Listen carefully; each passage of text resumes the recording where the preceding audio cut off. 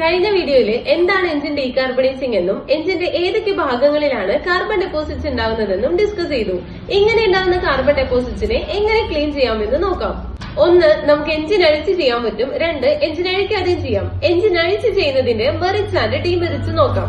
Engine അഴിച്ച് ചെയ്യുമ്പോൾ carbon ഡെപ്പോസിറ്റ്സിന്റെ quantity എത്രയുണ്ടെന്നും internal പാർട്സിന്റെ ഹെൽത്തും മനസ്സിലാക്കി 100% കാർബൺ ഫ്രീ ആക്കി റീഫിറ്റ് ചെയ്യാൻ സാധിക്കും. ഇങ്ങനെ അഴിച്ച് ചെയ്യുമ്പോൾ കോസ്റ്റ് കുറച്ച് കൂടുതലായിരിക്കും. നോർമൽ ഒരു കാറ് എഞ്ചിൻ അഴിച്ച് ചെയ്യുമ്പോൾ അറൌണ്ട് ഒരു 30,000 to 35,000 ഒക്കെ സ്പെൻഡ് ആവുന്നുണ്ട്. അതുപോലെ തന്നെ ടൈം ഒരു 4 to 7 days വരെ എടുക്കാം. ഇൻ കേസ് നമുക്ക് പാർട്സ് അവൈലബിൾ അല്ല എങ്കിൽ വീണ്ടും ഡിലേ വരാം. അതുപോലെ തന്നെ ഫാക്ടറി ബിൽഡ് ക്വാളിറ്റി നഷ്ടപ്പെടും. ഓരോ തവണയും ഹെഡ് ഫേസ് ചെയ്യുന്നതിനനുസരിച്ച് ഹെഡിന്റെ തിക്നെസ് കുറഞ്ഞു വരും. സോ ഒന്നോ രണ്ടോ തവണ മാത്രമേ ഫേസിംഗ് സാധ്യമാവുള്ളൂ. ഒരു തവണ എഞ്ചിൻ വർക്ക് ചെയ്ത വണ്ടി നമ്മൾ പിന്നീട് യൂസ് ചെയ്യുമ്പോൾ ഒരു പുതിയ വണ്ടി എങ്ങനെയാണോ യൂസ് ചെയ്യുന്നത് അതുപോലെ കെയർ ചെയ്ത് യൂസ് ചെയ്യേണ്ടതായിട്ട് വരും. അല്ലാന്നുണ്ടെങ്കിൽ വീണ്ടും എഞ്ചിൻ ഫെയിലിയർ ആവാനുള്ള ചാൻസസ് കൂടുതലാണ്. സോ ഇതൊക്കെയാണ് എഞ്ചിൻ അഴിച്ച് ചെയ്യുന്നതിന്റെ ഡീമെറിറ്റ്സ്.